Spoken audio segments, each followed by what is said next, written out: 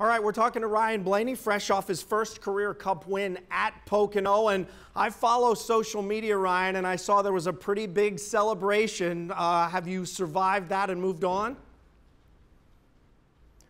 Yeah, I'm here. Yeah, I survived that, and that was a lot of fun.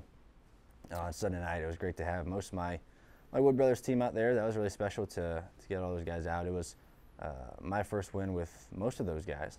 I've won with them. A couple of those guys in the Xfinity Series, but to get everybody coming out and kind of unwind after a long day of work, that was really special, and to have some buddies come out as well and fellow racers, that meant a lot to me personally, to know that their support. But that was definitely a good time, but then you shift your focus to next week, and Michigan's coming up. So you have your night or a little bit of your day to kind of celebrate and remember and have a good time, but then we're right back at work. All right, your first win, and this wasn't a rain-shortened win. This wasn't a win where you won on fuel mileage. You had to wheel with a couple of former champs to get it done, so that had to be some nice validation for you and your team to do that. I thought so. What better way to do it than to do it the hard-working way. I thought that really said a lot for our team, that we had a fast enough race car to stay up there and keep the lead, and even put us in a spot to have a shot of passing the leader and putting us up front. I felt like that said a lot about our team, and we had a lot of problems early in the race, and to overcome those definitely shows how strong our group is, for sure. And it's definitely nice to get the Wood Brothers back in victory lane. That was our 99th Cup win. That's a pretty big deal. So hopefully we can get 100 here for them pretty soon. But just awesome to get the Wood Brothers to victory lane, especially being my first time as well, and at a racetrack where they haven't won at since 1980 with Neil Bonnet. That just added something a little bit more to that. All right, and Ryan, this is Southwest Virginia you're talking to, so this is Wood Brothers country.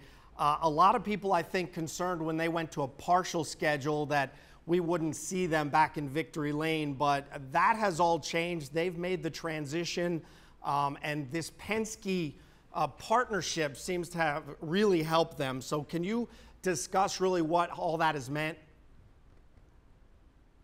Well, it's meant the world. I don't think this full-time schedule would be possible without the Penske group. And you see some teams have alliances nowadays, and we have, I feel like, one of the best alliances with the Penske organization and the Wood Brothers. We share a lot of information, whether that's technical side or myself, Joe Logano, and Brad Keselowski. We share a lot on the driver's side. And I think that's what makes teams successful, is the communication and sharing information. Granted, you don't share everything, but just knowing that the conversation is there of what we're going to do at the racetrack this weekend and kind of how we're going to be definitely makes a big difference.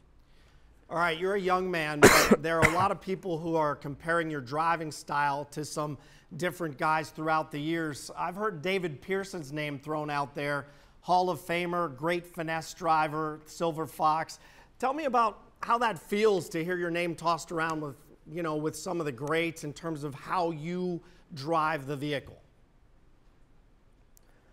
Well, that's a little much. I don't think I'll ever add up even close to what David Pearson has done for the sport or the kind of race car driver he was. He's, in my mind, one of the best that have ever been in NASCAR.